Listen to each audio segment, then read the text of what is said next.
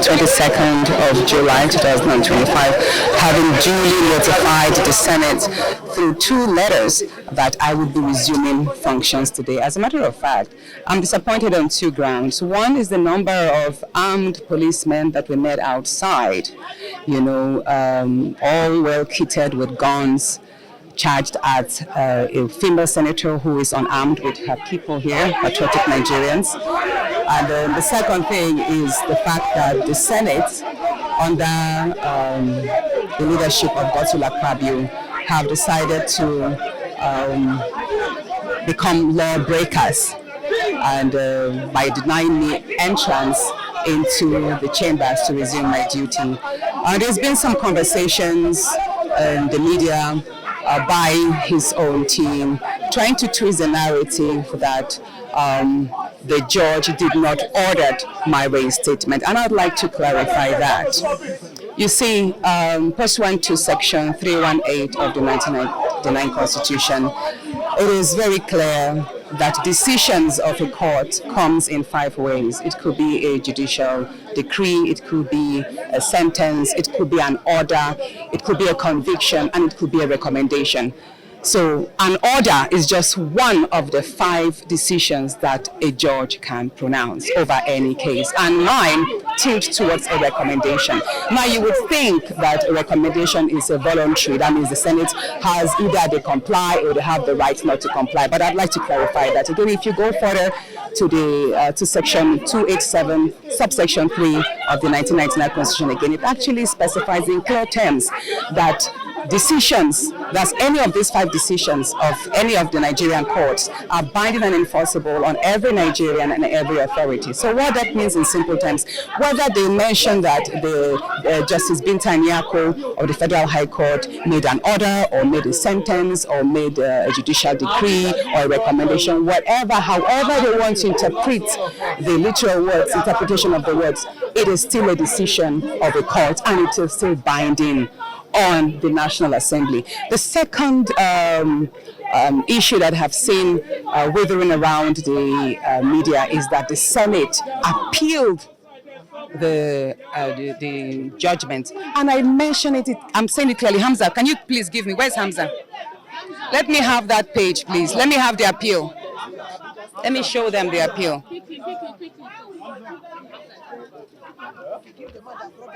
Now, this is the appeal that was initiated last week against Justice Binta Nyako's judgment. It is clear that it is not the National Assembly, neither it is the Senate that appealed the judgment. It's Akpabio himself. Read it. The President of the Senate of the Federal Republic of Nigeria, Senator Godswill Akpabio, he is the only appellant.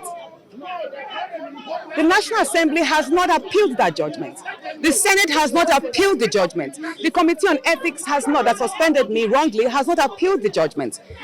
As a matter of fact, Senator Akpabio joined the clerk of the National Assembly, the entire Senate, and the chairman Committee on Ethics as joint respondents to the case. That means Akpabio has taken the National Assembly and the Senate and the clerk and the committee to court as well.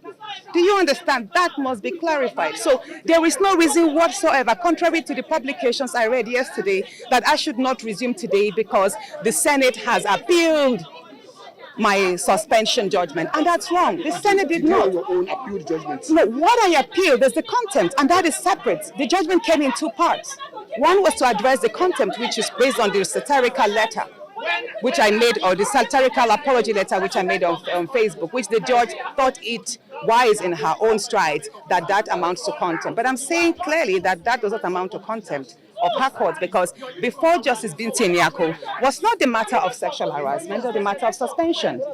And what I would say clearly, what I would say clearly here is me appealing the contempt does not in any way invalidate the decision of the court that mentions me resuming.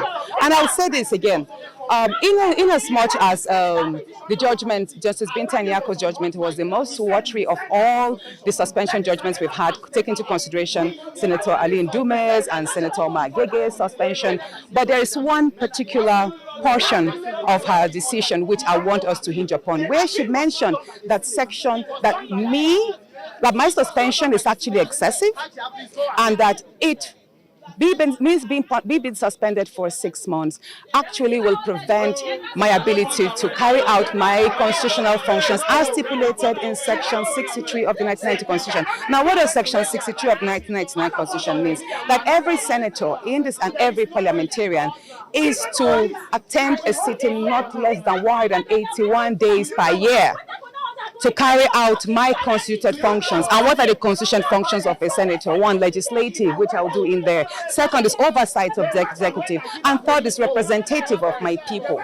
So that means what Justice Binta Nyako told the National Assembly is that not only is my judgment excessive, but it will also deprive me of carrying out my constituted duties of which I was elected according to the Nigerian Constitution. That is Section 63. So that means my suspension is illegal. If you look at that, because anything that contravenes the Nigerian Constitution is illegal. And the National Assembly cannot be greater than the Constitution. They're now coming down again based on the appeal. Akpabio himself cannot be greater than the courts, cannot be greater than the Constitution. And I want Nigerians to know that the office of the Senate President, Akpabio himself, does not give me my legitimacy as a senator.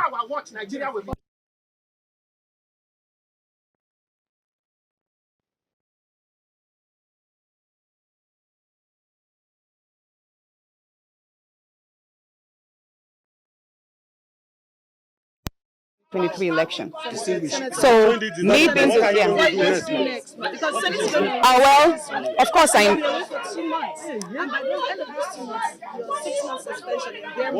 see. The most important thing is I am proving to the good people of Kogi Central and Nigerians at large, especially the women who have continuously written to me that they have derived courage in my actions so far. Now, the fact that I've been denied entrance is a statement being made. Our narratives are being shaped, history is being formed and shaped, and policies, again, all of this work together through intentional actions like we have done today. It's on record that the National Assembly under Akpabio has decided to be in contempt of the court's decisions. And it's quite ironic because they are actually lawmakers. So that puts to question how far and how ripe is Nigeria's democracy in this day and age. So, however, if we decide to turn our backs and go home, we are not ignorant of the fact that the National Assembly is most likely going to go into recess tomorrow for 2 months, and they will resume pretty much in the last week of September. And like you rightly said, that means they would have pretty much served the earlier 6 months suspension. I'm saying that because as at now, I'm no more suspended. And there's something very important I would like to say.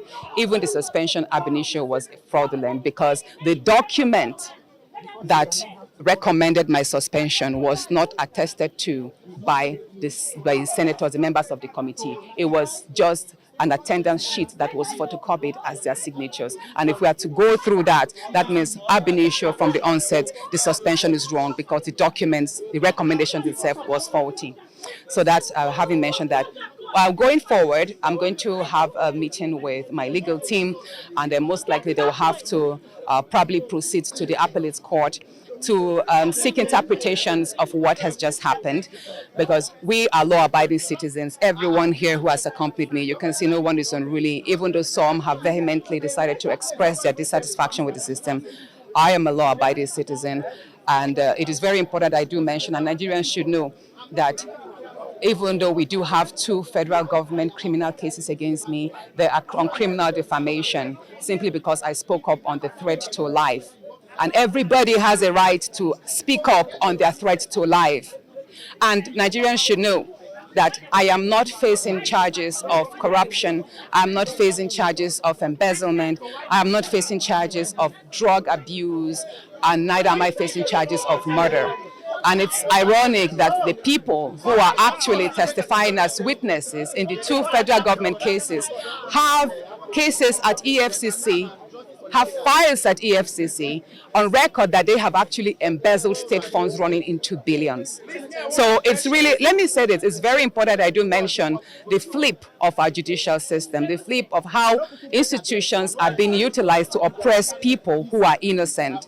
If this is a country that if Nigeria works, if our institutions are truly independent and strengthened, then there's no reason why some of these fellows who sit there as senators should even be in the Senate in the first place. They should actually be behind bars, and I'm saying that. And I do pray and hope that it is by my actions today and by voices of Nigerians all around, whether in the country or in diaspora, that we speak up and ensure that this injustice that is being meted against me, this persecution meted against me will not stand, so that their daughters will not suffer, so that their wives will not suffer simply because they spoke up against sexual harassment. And I'm sorry I have to mention this, because you see, people have wondered, Natasha, how come there's so much hate? How come you were suspended for 6 months? Just the day after you tendered your petition on sexual harassment, you were suspended. And then there was the fraudulent recall. We all saw how we survived a recall. And then there's been a whole lot of attacks against me, which by the grace of God I've survived. And whenever people ask me, Natasha, why is there so much hate from the Senate president against you? Why is that the institutions have turned against you, even though, by and large, you are pretty much one of the fairest senators or politicians in Nigeria? And I tell them, this is just an iceberg of what I have had to suffer and endure in the Senate under Akpabio's leadership for the last 1 year. Many of you thought that my speech on that floor, when I told him I was not afraid of him, and I did mention, I said, if you make me speak to the media on what I have had to endure in your hands, it would go pretty. And that's to let Nigerians know that that outburst I had on the floor was just a compilation of so many wrongs that Akpabio has meted against me. And I will say this, pretty much it's a shame that we have had so many good Senate presidents. We've had Chuba Akpadibo of blessed memory. We've had Senator David Mark. We have had Bukola Saraki. We've even had Ahmed Lawal, who is a senator right now. And I'd say this pretty much is the worst assembly Nigeria has ever had. And I hope we will not have to suffer this anymore, because it tells a lot on the individual. And I've said this before and I'm saying it again. The Senate President, Godswill Akpabio, runs the Nigerian Senate as if it's the third-term governor of Akwa Ibom. Many senators are afraid. You've all seen what happened. You are not allowed to speak. When you try to speak or air your views on certain issues that are critical, you get shut down if it does not conform with what he wants. So far, I've not been given any official reason. I've only read on the papers yesterday that I should not resume today because the Senate has appealed. And that is why I presented to you that the Senate has not appealed the judgment. It is Akpabio himself. He is abusing power by willing the entire institutions to fight me. It's a personal vendetta that Akpabio is unleashing on me by hiding under the wings of the institutions, and it is wrong. It is totally wrong, because you can't have his own senatorial district deprive the Kogi Central of representation. There is just no reason why these gates should not be open. But by and large, considering the fact that the Senate is vacating tomorrow, whenever they deem it fit to resume, we would resume as well. So what matters most is all the pressures and all the calls of me apologizing for no wrong that I did. I have refused to do that. So if it means staying the entire 6 months for an unjust suspension, which I'm repeating again, has been quashed by the courts, so be it. I have pretty much been busy with my constituents on the brighter side. You've all seen, we've been carrying out a lot of projects in the past few months. And that is true to my nature, because I am a technocrat. I'm a lawyer. I'm an oil and gas expert. My formative year in my career were in the oil and gas industry. So I got into politics because I wanted to create a different mark for other people like me who wants to venture into politics. I also got into politics because I want to intentionally raise the standard of leadership.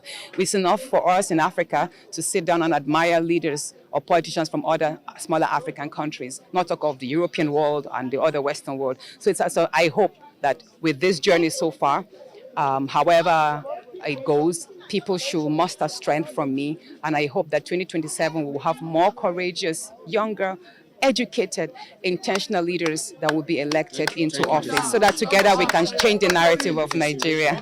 And thank you so much for your love and support. Rules of the Senate, yet they suspended her. There is no way this illegality will be allowed to stand. Senator Akpabio, you are not the constituted authority. This woman is not a threat to you. Face serious issues of insecurity and hunger. Allow Natasha, somebody's wife, to do her job. Akpabio.